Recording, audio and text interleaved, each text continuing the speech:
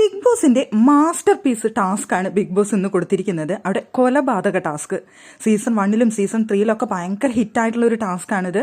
Season 3-ല് Manikuttan, season 1-ല് സാബുമോനൊക്കെ ഇത് ഗംഭീരമായിട്ട് performance ചെയ്ത ഒരു ടാസ്ക്.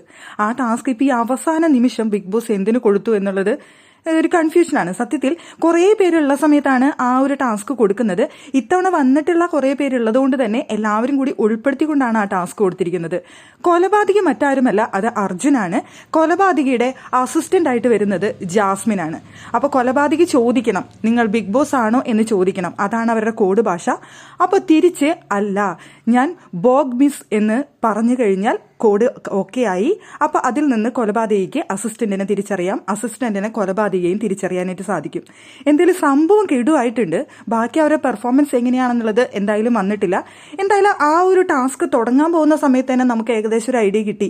ജാസ്മിനും എന്തായാലും അർജുനും തന്നെയായിരിക്കും ഇതിന്റെ രണ്ടാൾക്കാരെന്ന്. സത്യത്തിൽ ഈ കാര്യം ചെയ്യാനായിട്ട് അവിടെ അത്ര നീക്കുപോക്കോട് കൂടി കാര്യങ്ങൾ ചെയ്യാനായിട്ട് ഇവർ രണ്ടുപേരും തന്നെയാണ് ആ 6 പേരിൽ കൂടുതൽ ബെറ്റർ എന്ന് എനിക്ക് തോന്നി.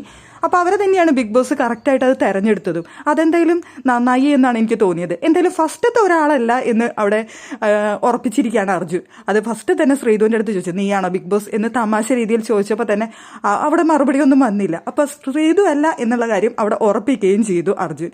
ബാക്കി എന്താണെന്ന് നമുക്ക് കണ്ടറിയാം.